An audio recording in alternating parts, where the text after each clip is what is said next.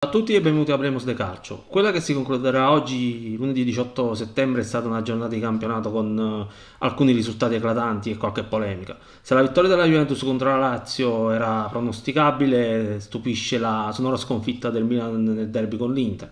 Non meno rumore fa il pareggio del Napoli contro il Genoa, a maggior ragione perché questo è un risultato che arriva dopo la sconfitta contro la Lazio che pure se la sta passando male. Inevitabilmente emergono delle perplessità circa il lavoro di Rudy Garcia. I più saggi inviteranno alla calma, diranno che bisogna lasciare il tecnico il tempo di lavorare, eccetera. In altre situazioni sarei stato tra questi, ma in questo caso le cose sono diverse. Sia chiaro che non sto chiedendo l'esonero di Garcia, sarebbe una follia. Ma il tecnico deve darsi una svegliata. Mi spiegherò meglio nel corso del video. Se facciamo un confronto delle prime quattro partite di campionato del Napoli, Garcia ha fatto un punto in meno rispetto a Spalletti, che 7 ne ha fatti. L'Inter ne aveva fatti 9 l'anno scorso, guarda caso l'Inter aveva perso in casa alla terza giornata proprio con la Lazio. Il Milan aveva 8 punti e oggi ne ha 9. La Juventus che attualmente ha 10 punti l'anno scorso ne aveva 8. È evidente che questo sia un confronto alla buona, avversari diversi, giocatori diversi, eccetera. Anzi, giocatori diversi no, o almeno non per il Napoli se escludiamo Kim. Sottolineo questo dato non a caso, sulla questione tornerò a breve comunque. Al netto della scarsa validità statistica di questo confronto tra le classifiche, secondo me è innegabile che rispetto alle quattro pretendenti per lo scudetto il Napoli non solo non ha migliorato, ma addirittura ha fatto peggio a differenza delle altre tre che hanno fatto più punti. Tuttavia non sono i numeri che mi preoccupano perché, lo ripeto, siamo appena alla quarta giornata. Ciò che mi preoccupa è quanto visto in campo. Stiamo assistendo a qualcosa di già visto quando venne Ancelotti e distrusse tutto quello che Sarri aveva costruito. Garcia sta facendo lo stesso con quanto creato da Spalletti. Quando fu presentato il tecnico francese, se non ricordo male, disse che sarebbe ripartito da dove Spalletti aveva lasciato.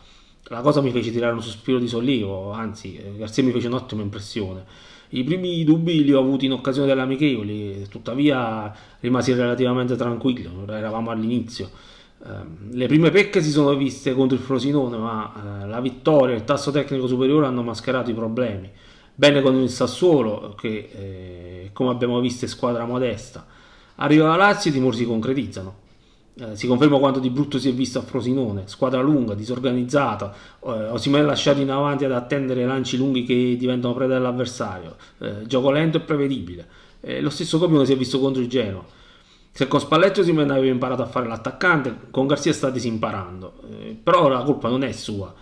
Mi è sembrato di rivedere il Napoli di Gattuso, soprattutto nel modo di far giocare il nigeriano. Ma arriviamo al nocciolo della questione. Garcia ha bisogno di tempo. Secondo me no, un allenatore non può pretendere tempo quando non solo gli consegni la squadra campione d'Italia, ma gli metti in mano una squadra che ha vinto il campionato con 16 punti di vantaggio sulla seconda. In queste quattro partite qualcuno ha visto il Napoli dello scorso campionato? Eppure i calciatori sono gli stessi e non vedo a dirmi che manca Kim, perché il problema è la squadra che non gioca come può e come sa. A proposito del difensore, dico un'altra cosa e vedremo se sarò smentito. Garcia ha già stabilito le gerarchie. Il titolare è Juan Jesus e sarà così almeno fino a gennaio. Inutile che aspettiate Nathan. Sì, prima o poi giocherà qualche partita, ma il titolare è Juan Jesus e sapete perché? Perché Garcia lo conosce dai tempi della Roma, sebbene sia stato spesso in panchina. Garcia è uno di quegli allenatori che in campo vuole gente che conosce. La sostituzione di Kvaratskhelia con Zerbin poi è la ciliegina sulla torta.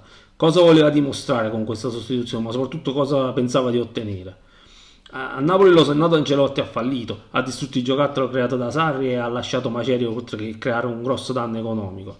Attenzione adesso a non ripetere la storia con Garcia. Io sono convinto che il tecnico francese non abbia seguito il Napoli, non aveva la minima idea di come giocasse, ce lo dice il campo. Se mi sbaglio allora c'è la possibilità di rimediare, basta applicare gli stessi principi di Spalletti e sarà come inserire il pilota automatico. Ripeto, il problema non è l'assenza di Kim, ma tattico. Poi ribadisco, non sto chiedendo l'esonero di Garcia perché ha il tempo e i mezzi per rimediare agli errori. Non mi resta altro che salutarvi, invitarvi a iscrivervi al canale. Voi fatemi sapere cosa ne pensate con un commento e noi ci vediamo la prossima volta.